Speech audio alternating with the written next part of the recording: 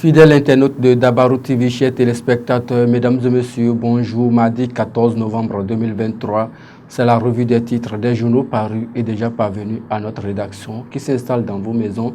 Et on démarre par la manchette du quotidien Maison Dabarou. Indice de bonne gouvernance locale 2023 au Bénin, la commune de Ouassa-Peonko classée première. Dans le chapeau, Ouassa-Peonko, dans le département de l'Atakora, classé en tête de liste en termes de l'indice de bonne gouvernance locale IGL édition 2023 au Bénin.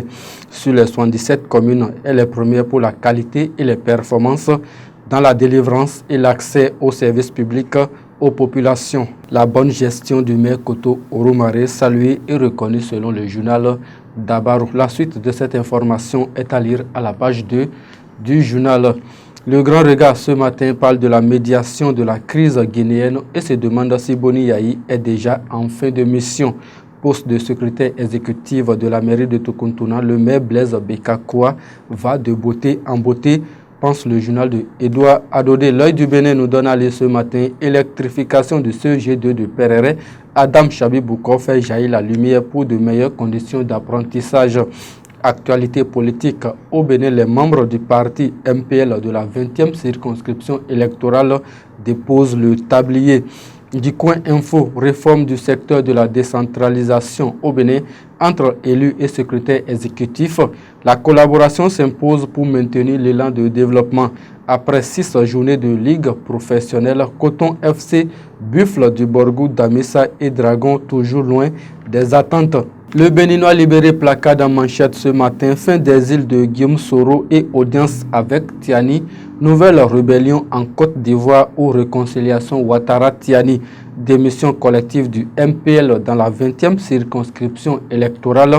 Le faux truc de TB en lambeau, pense le journal de Aboubakar Takou. Matin libre nous donne à lire ce matin, Bénin mandat présidentiel partir en 2026 n'est pas un fait inédit. Viol, mariage forcé et harcèlement sexuel. La criette délocalise des procès. La Nation, le journal du service public à présent, Salon national du livre, la vocation d'une usine du livre réitérée, cybercriminalité, 2,1 milliards de francs CFA de préjudice causés à fin octobre. Le matinal, direction générale des douanes béninoises, une femme pour remplacer Alain Incanti, premier sommet Arabie Saoudite Afrique. Les retombées pour le Bénin sont à lire à la page 2 du journal. First Afrique de cette semaine nous donne à lire Fête nationale du Vaudou édition 2024. Ouida accueille les Vaudou Days, 6e édition du Salon Afrique Unie. Le Conseil des Béninois de France s'offre une vitrine. Fraternité à présent, fonctionnement de quelques unités de mini-stations à Cotonou. Les usagers déjà conquis, les vendeurs débordés. La formalisation du secteur de l'essence de contrebande en bonne marche, pense le journal de Ménotin. Étude du projet de loi de finances gestion 2024.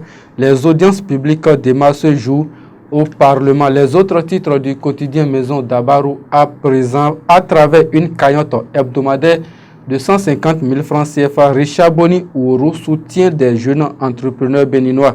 Transport terrestre au Bénin, le système électronique de gestion de fret routier lancé ce jour.